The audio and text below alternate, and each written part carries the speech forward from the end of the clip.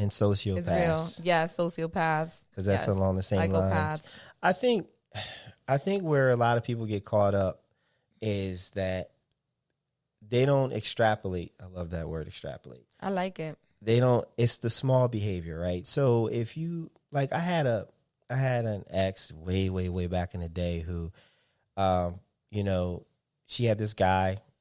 You know, she started a job and she's working and she had this coworker, and this guy, like, he came in the back door and, you know, we're together. And then she's like, oh, we got to break up. I need my space. You know, I need to explore. And she sounded like not her. It just sounded like somebody had, you know, stuck something up her ass and was puppeting. Like she was an avatar. Yeah. Thank you. There you go. And so, you know, it started out with that, and it was very minute stuff, very, very minute suggestions. They're planting seeds. Exactly. Mm-hmm. And then next thing you know, after we break up and, you know, we have mutual friends, and they're like, yeah, I don't like this guy because, like, when he comes to the apartment, her roommate was not allowed to open the door. He wanted her face to be the first face he saw when he opened the door. Like, turn rules. Like, it's all about control. Yeah, that's that bullshit right there. So, it didn't sound, based on what I got from our mutual friends, they were like, yo, this guy's kind of crazy. Like, you know, he was definitely controlling her. Abusive. And yeah, so I guess my point to bringing that all up is that it's the planting of seeds. It's very small behavior, and a lot of people discount it. They're like, oh, that's not a big deal. Like, it's not a big deal. And it adds up. It just, the control they try to exert gets stronger and stronger and stronger. And before you know it, you're in a very unhealthy situation, and it feels impossible to get out of it. Mm-hmm. So You feel suffocated. So you got out of it, but the way I also got out of it was by reading and listening to a lot of audiobooks. Because it got to a point where, well, the turning point was when one day I felt like I was gonna go crazy. Right. I was just like, I just can't, like, and I was just like crying, and I called my friend. Like, something told me call Stephanie, and I called her because she would call me randomly and tell me, hey, I want to pray for you, and I'm like, I'm not really religious, but all right, I do believe in God though. Spiritual. So then I'm like, can I go to your church with you? And she's like, yeah. And then I went all the way up to North Jersey to a church, and it just, at that point, I spent the whole time crying when I was there, and I was just like, I just leave this, like, God, I can't do this on my own, and I just put it up there, I guess, on the altar, what they say. Right. And I'm just like, just let it be what you want it to be. And then after that is when things started unraveling, and then, like, I started, like, seeing things for what they were, and I'm like, yo, these people are just making things up. Right. And then I'm like, okay, let me read. And then I started reaching out to people and friends, and then I read. Could I say the other books I read? Yeah, why not? 48 Laws of Power. Yes. I read it. I have it in English and in Spanish in print, and I have the audiobook. That saved, because at night I was so anxious. It affects you, like, psychologically, emotionally, where I couldn't sleep. So I would put that on, the audiobook, and then I was able to go to sleep. And one of the chapters, it talks about avoid isolation. So this whole time they were saying they were protecting me against, like, oh no, your friends, they might be jealous, or your family, da da da. I'm like, they're isolating me. They're not protecting me. Like, I don't have allies. Exactly. Like, there's nobody has my back. And I'm like, I got to reach out to them more. So it's not even, go ahead. And also, don't trust a free lunch. Oh yeah, no. There's no such thing as a free lunch. No. There's no such thing. It's like, okay, I'm not allowing you to have your own means of getting it, but we're giving it to you, and therefore you have to do everything we tell you. It's like slavery. I'm like, what are you talking about? Like, it didn't make sense. And I decided I had to just leave. Like, I couldn't, because at one point I'm like, I need to leave, but I feel like I need to collect evidence so people will believe me. It's like, no, girl, leave, because you could get beat up. You could have a black eye, and people will still say, well, what did you say to him though? Like, what happened? No, and then it was psychological and emotional manipulation is more devastating many times, because it goes on for so long, and then you can't even explain it. It's hard to explain. And then you feel like you deserve the abuse. And then like you, how do I say, like the essence of you, like who you really are, it dies. So you feel like I'm already kind of dead. Like I don't even recognize myself. So well, your behavior, it alters your behavior and the way you think and how you feel. And your self-esteem. Right. It goes away. So it's like, it's horrible. I'm so glad I was able to leave. Absolutely. So you get out, right?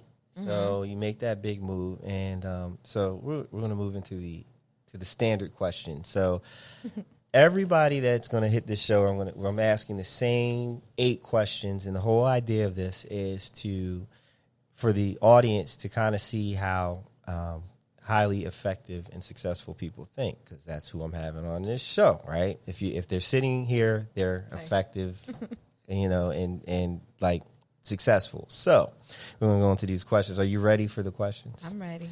See, look at the confidence. I'm ready. All right. Yeah, see. I love the confidence. I love the audience. Yeah, right. They're great. They're great. Thank you. All right. So what motivates you in your professional career? What motivates me in my professional career is being able to educate people and empower the community. Because I remember when, like, I graduated high school, like, my parents got me through it, like, immigrants from the Dominican Republic. Yay, I graduated. Okay, then I go to college, but then I felt like there was, like, something missing. Right. Like, that, I guess that empowerment, I guess my parents just was a way of life for them. Like, they didn't feel like they needed to sit me down. Like, they were busy putting food on the table and paying bills and all that, which I'm really grateful for. But is that, like, reminding people they need to follow their purpose. Right. That there's more to life than just paying bills. Absolutely. Well, it's like Maslow's hierarchy of needs. And if you need to look that up, it's 3 tiers, I believe. And, the first tier is food, safety, warmth, all those things. And once you have those needs taken care of, then you move to the second, which would be like love, relationships, and all that good stuff. And then once you meet that frees you to hit self-actualization. Exactly. Which that self-actualization would be, oh, there's a mountain. I think I want to climb it because I'm curious. You have that intellectual bandwidth to think on those levels. Emotional intelligence too. Yep. Absolutely. Okay. All right. So number 2. Was there a particular moment that woke you up and caused you to throw caution to the wind and aggressively bet on yourself? After I left, because I already discussed the day that I had the paradigm shift. When I finally thought I hit my stride, I'm like, yes, I got my job. I got my own condo. I got my dream car, which was a white CRV. Yes. I always wanted it. And I'm driving down the road. Like, I didn't have the radio on. Like, this day I was super duper focused. I didn't even have the phone in my hand. I was just really like, wow, life is great. And then the truck comes from behind me. There was like a lane. They weren't even in my lane. Somebody cut him off. They slammed on the brakes, and then they swerved because it was kind of raining a little bit and hit me and completely totaled the car. And I'm just like, why is this happening? Like, I was just so sad. And like, they totaled my car. And I'm like, no, come on. To the insurance company. Like, I really want it. It's fine. I could drive it. They're like, no, the airbags came out. Yeah, that's it's over. And I'm like crying and crying. I was like crying for like 3 days. And then when I saw my son, because I was like, God, what is the lesson behind this? Like, I don't get it. What is the lesson? There has to be a lesson. Right. So that's something that I learned too, was unfortunate things happen. Don't talk about like, oh, poor me. Oh my God. It's like, no, what's the lesson behind it? There has to be a lesson. So then when I saw my son again, because he was visiting his dad when that happened, then I start crying. Like, I'm like, oh, okay, I get it. Like, in that moment, it's like, doesn't matter. It's just material things. But the point is, to answer your question. Yes. I could have died in that accident. Like, if that big truck would have hit like right in the, what do you call that? That metal that separates the front seat from the back seat. Right. If it would have hit me like a little more forward or back, who knows where I have been. And I'm like, and here I am.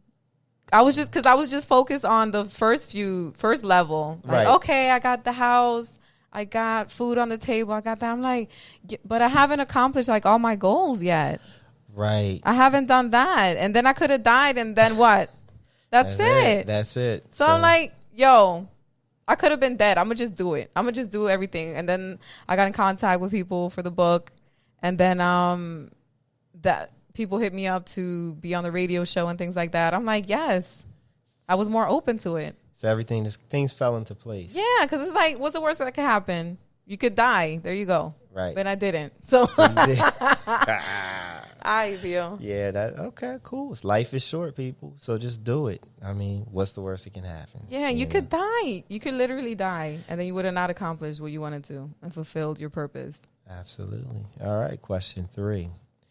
What has been unexpectedly difficult about your professional journey, and what has been unexpectedly easy? Unexpectedly difficult would be just me deciding, am I going to focus on English or Spanish? Because I'm both. Gotcha. And then I'm like, I'm going to just do both. I'm going to just be myself. Or should I be more serious or should I be more funny? I'm going to just be myself.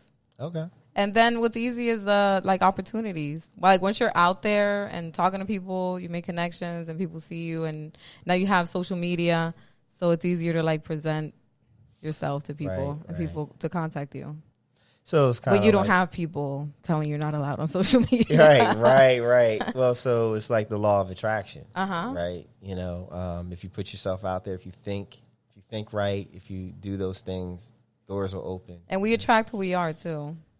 Facts. Absolutely, I like that. Hold on. That's a good audience. I love this audience. I gotta get them to slow clap though. We gotta get a without the laughing. Well, that was cheering. That was cheering, but I think there's one where they're laughing. Yeah, I haven't hit that yet. All right, we haven't gotten that moment. Yeah, we haven't gotten to that moment. Actually, we're gonna take a break before we move on to question number 4 and the rest of the show. And keep in mind, we have some other fun things to do. So after the learning is done, we'll do some more learning, but it'll be fun. So hold on tight. We're chilling. Yeah, and we are back. Yeah, we are chilling. How about this? What's the name of your podcast? The End. The End. Yeah, so welcome back to The End, guys. The End, thank you. Get comfortable. So yeah, The End. djsilk. Intellectually nutritious. You know what I'm saying? Trying to feed the mind. We got to get people using their good brains, for Definitely. More stuff. So all right, so you want to get back to these questions? Yeah. Okay. I'm ready. All right. So let's do it. All right. So in what ways, good and bad, has your life changed since you made your biggest change? What ways has my life changed, good or bad? Everything's great. Really? Yes. Everything's great. It's amazing. Because I honestly feel like sky's the limit. Okay. Well, I mean, I just got to give myself time for things to happen. But one thing that now I have so much to do is more about time management. Like I wish I had more time. Like now I'm more, okay, one thing that I guess is bad is now I don't have patience with people wasting my time. Gotcha. Right. Because it's so valuable. And I feel like I wasted a lot of time in that situation, the gaslighting situation, where it's like, come on. Yeah, but then if you think about it, you got. Well, I learned a lot from it. They created all this. Exactly. And for the audience out there, just to kind of paint a picture, when we reconnected, her shit was bleak. Like my life was bleak. Your life, like just your situation is, like as you were opening up and you're like, oh, this is going on. And I was always crying. Yeah, it's like, oh my gosh. But I couldn't be mad at you for crying because what you were going through could have been a Lifetime movie. Yes, it felt like it. And so the idea that you could walk away with like literally nothing. Mm-hmm. I mean, and I mean literally nothing, not even a car, like technically. And to within a year, you're like popping, bought a house, got your car, you mm-hmm. did all these things. That's amazing. It's because I focus on moving forward. Right. Like I felt like I hit